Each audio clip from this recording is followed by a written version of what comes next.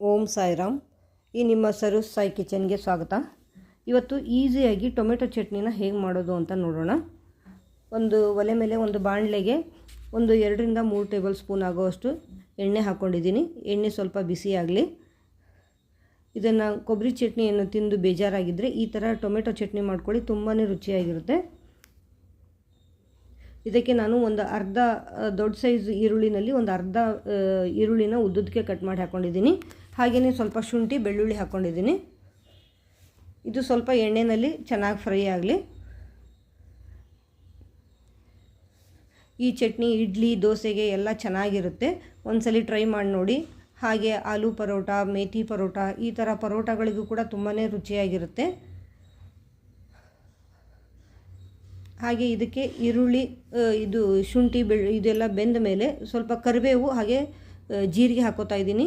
ಇದಕ್ಕೆ ಸ್ವಲ್ಪ ಕರಿಬೇವು ಹಾಗೂ ಜೀರಿಗೆ ಸ್ವಲ್ಪ ಜಾಸ್ತಿನೇ ಹಾಕ್ಕೊಳ್ಳಿ, ಅಂದರೆ ರುಚಿ ಚೆನ್ನಾಗಿರುತ್ತೆ. ಟೊಮೆಟೊನ ಹುಳಿಯಾಗಿರೋದಿದ್ದರೆ ಸ್ವಲ್ಪ ಕಡಿಮೆನೇ ತೊಗೊಳ್ಳಿ. ಅದಕ್ಕೆ ಆ್ಯಪಲ್ ಟೊಮೆಟೊ, ಹುಳಿ ಟೊಮೆಟೊ ಎರಡನ್ನೂ ಮಿಕ್ಸ್ ಮಾಡಿ ಕೂಡ ತೊಗೋಬೋದು. ಬರೀ ಆ್ಯಪಲ್ ಟೊಮೆಟೊ ತೊಗೊಂಡ್ರೆ ಒಂದು ಸ್ವಲ್ಪ ಹುಣಸೆಹಣ್ಣು ಹಾಕ್ಕೊಳ್ಳಿ, ಅಂದರೆ ಹುಳಿ ಚೆನ್ನಾಗಿರುತ್ತೆ. ಆ್ಯಪಲ್ ಟೊಮೆಟೊ ಹುಳಿಯಾಗಿರೋದಿಲ್ಲ. ಹಾಗೆ ಹುಳಿ ಟೊಮೆಟೊ ಏನಾದರೂ ತೊಗೊಂಡಿದ್ರೆ ಅದಕ್ಕೆ ಬೇರೆ ಹುಳಿ ಏನೂ ಸೇರಿಸ್ಕೋಬೇಡಿ. ಸ್ವಲ್ಪ ಅದರಲ್ಲಿರೋ ಹುಳಿ ಅಂಶನೇ ತೆಗೆದುಬಿಡಿ. ಇದು ಟೊಮೆಟೊ ಸ್ವಲ್ಪ ಚೆನ್ನಾಗಿ ಬೇಯಬೇಕಿದು. ಇದಕ್ಕೆ ಇವಾಗ ಉಪ್ಪು ಸೇರಿಸ್ಕೊತಾ ಇದ್ದೀನಿ, ಕಲ್ಲುಪ್ಪು ಹಾಕ್ಕೋತಾ ಇದ್ದೀನಿ ನಾನು. ಉಪ್ಪನ್ನ ನೋಡಿಕೊಂಡೇ ಹಾಕ್ಕೊಳ್ಳಿ, ರುಚಿಗೆ ತಕ್ಕಷ್ಟು. ಉಪ್ಪು ಹಾಕಿದರೆ ಟೊಮೆಟೊನೂ ಕೂಡ ಬೇಗನೆ ಬೇಯುತ್ತೆ. ಹಾಗೆ ಇದಕ್ಕೆ ಖಾರ ಪುಡಿ ಹಾಗೂ ಬೆಲ್ಲ ಕೂಡ ಸೇರಿಸ್ಕೊತಾ ಇದ್ದೀನಿ. ಇಲ್ಲಿ ನಾನು ಹುಳಿ ಟೊಮೆಟೊ ತೊಗೊಂಡಿರೋದ್ರಿಂದ ಸ್ವಲ್ಪ ಬೆಲ್ಲ ಜಾಸ್ತಿ ತೊಗೊಂಡಿದ್ದೀನಿ. ನೀವು ಆ್ಯಪಲ್ ಟೊಮೆಟೊ ತೊಗೊಂಡ್ರೆ ಬೆಲ್ಲ ಕಡಿಮೆನೇ ಹಾಕ್ಕೊಳ್ಳಿ. ಖಾರದ ಪುಡಿನೂ ಅಷ್ಟೇ, ಸ್ವಲ್ಪ ಖಾರ ಜಾಸ್ತಿ ಆದರೆ ಚೆನ್ನಾಗಿರುತ್ತೆ. ನಿಮಗೆ ಖಾರ ಹೇಗೆ ಬೇಕೋ ಹಾಗೆ ಹಾಕ್ಕೊಳ್ಳಿ, ಸ್ವಲ್ಪ ಹೆಚ್ಚು ಕಡಿಮೆ ಮಾಡ್ಕೊಳ್ಳಿ.